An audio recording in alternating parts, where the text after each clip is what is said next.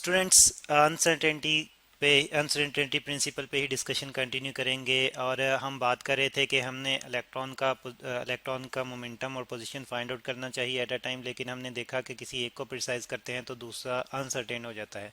और फिर इसमें देखा कि दोनों में अनसर्टेनिटी का जो प्रोडक्ट है वो एक कांस्टेंट के तकरीबन तकरीबन बराबर आता है, और वो कांस्टेंट जो है वो प्लांक्स कांस्टेंट है। तो उससे फिर हमने ये कहा कि अब अगर हम जो है वो प्रिसाइज करना चाहें, यानी कि अनसर्टेनिटी को कम से कम रखना चाहें, तो हम प्लांक्स कांस्टेंट के बराबर जो है इन दोनों अनसर्टेनिटीज़ को एट अ टाइम जो है वो रख सकते हैं। और ये हमारे पास, इसको मैं इक्वेशन वन कह लेता हूँ, ठीक है जी।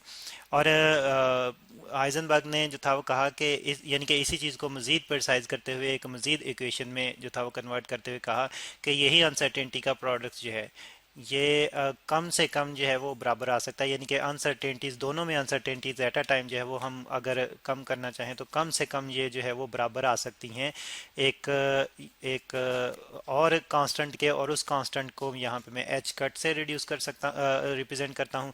और उसने कहा था कि या तो ये इसके बराबर आ सकती हैं या फिर इससे ज़्यादा होंगी, यानी कि इससे मज़ीद कम नहीं हो सकती। ये दोनों अनसर्टेनिटीज़ में जो प्रोडक्ट है इससे मज़ीद कम नहीं हो सकता। तो या तो इसके एच कट के बराबर होगा या इससे ज़्यादा होगा। तो ये मज़ीद जो है हमें ज़रा बेहतर इंफॉर्मेशन ये इक्वेशन देती है, और इससे हमें पता चलता है कि दोनों अनसर्टेनिटीज़ को हम कहाँ तक रिड्यूस कर सकते हैं और इसके बाद मज़ीद रिड्यूस नहीं कर सकते। और दोनों अनसर्टेनिटीज़ जो हैं फिर इससे या तो ज़्यादा होंगी या ज़्यादा से ज़्यादा इसके बराबर आ सकती है, यानी कम से कम इस हद तक आ सकती हैं। और एच कट, जिसको मैं एक नया कांस्टेंट कह रहा हूँ, यह स्टूडेंट्स बराबर होता है एच ओवर टू पाई के।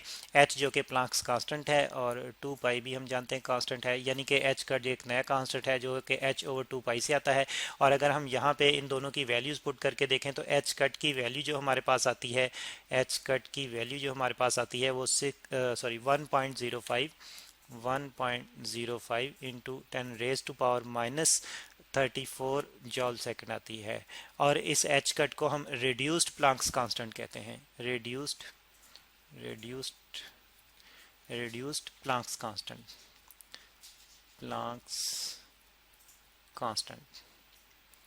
कांस्टेंट, ठीक है जी। कांस्टेंट को शॉर्टली में लिख रहा हूँ।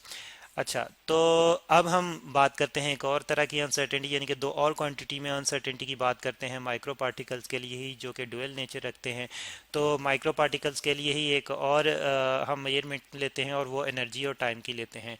हम किसी एक स्पेसिफिक टाइम पे जो है वो सिस्टम की, माइक्रो पार्टिकल की, माइक्रो सिस्टम की एनर्जी देखना चाहते हैं।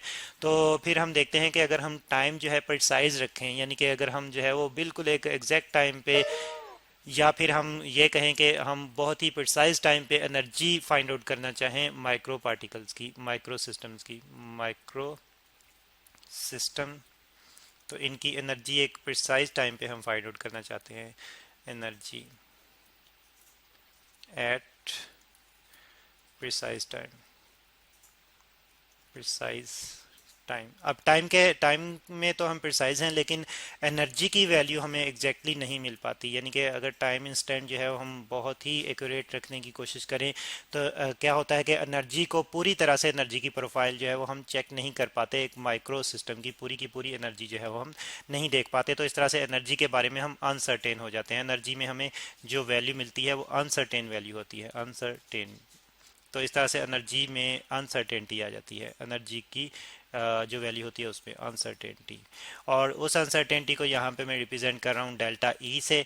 और अगर हम एनर्जी को एक्यूरेटली फाइंड आउट करने की कोशिश करें, यानी कि एनर्जी जो है वो प्रिसाइजली जो है वो मोर प्रिसाइजली, यानी कि बहुत अच्छे तरीके से फाइंड आउट करने की कोशिश करें, यहाँ पे लिख लेते हैं कि अगर एनर्जी को प्रिसाइजली फाइंड आउट करें, प्रिसाइज, तो फिर उसके लिए टाइम इंटरवल जो है वो प्रिसाइज नहीं रहता, यानी कि टाइम के बारे में जो है वो हम अनसर्टेन हो जाते हैं। तो टाइम के बारे में, जिस टाइम के दौरान में हमने ये एनर्जी जो है वो फाइंड चेक की है, तो वो टाइम की एग्जैक्ट वैल्यू, या हम ये कह सकते हैं कि प्रिसाइज वैल्यू जो है वो हमें जो है वो नहीं मिल पाती। हम प्रिसाइज का वर्ड जो है वो ज़्यादा बेहतर है एग्जैक्ट की निस्बत। तो टाइम की जो प्रिसाइज वैल्यू है वो हमें नहीं मिल पाती अगर हम एनर्जी जो है वो सिस्टम की, माइक्रो सिस्टम की एनर्जी जो है वो बेहतर तरीके से फाइंड आउट कर लें। तो जिस टाइम के दौरान में वो एनर्जी हमने फाइंड आउट की है उस टाइम में जो है वो हमें अनसर्टेनिटी देखने मिलती है, यानी कि उस टाइम के बारे में हम श्योर नहीं होते कि ये टाइम जो है वो कितना बेहतर, यानी कि कितना प्रिसाइज, यानी कि कितना जो है वो सही मैच कर रहा है उस इंटरवल से जिस दौरान में हमने एनर्जी फाइंड आउट की है। तो टाइम में इस अनसर्टेनिटी को मैं यहाँ पे डेल्टा टी से रिप्रेजेंट कर रहा हूँ। तो आपने देखा कि एनर्जी और टाइम का भी आपस में रिलेशन है माइक्रो सिस्टम्स के लिए, यानी कि उनकी एनर्जी एक स्पेसिफिक टाइम पे हम प्रिसाइजली फाइंड आउट नहीं कर सकते, और अगर एनर्जी प्रिसाइजली फाइंड आउट कर लें तो टाइम के बारे में हम अनसर्टेन हो जाते हैं जिस दौरान में वो प्रिसाइज एनर्जी हमने फाइंड आउट की है। अब इन दोनों को जब हम इन दोनों अनसर्टेनिटीज को, यानी कि एनर्जी में अनसर्टेनिटी डेल्टा ई और टाइम में अनसर्टेनिटी डेल्टा टी, इसको जब हम मल्टीप्लाई करें तो ये प्रोडक्ट भी हमारे पास जो है वो प्लांक्स कांस्टेंट के तकरीबन तकरीबन बराबर आता है। यहाँ पे एग्जैक्ट इक्वल का साइन मैंने नहीं लिखा, तो ये जो है ये हमें कहता है कि ये तकरीबन तकरीबन उसके ऑर्डर में उसके बराबर बराबर आता है प्लांक्स कांस्टेंट, ठीक है। तो यहाँ पे फिर हमें हाइजेनबर्ग प्रिंसिपल की एक और मैथमेटिकल फॉर्म मिल रही है। दो और क्वांटिटीज़ के दरमियान अनसर्टेनिटी का प्रोडक्ट जो है हम देख रहे हैं कि एक कांस्टेंट वैल्यू के बराबर आ रहा है जो कि प्लांक्स कांस्टेंट है।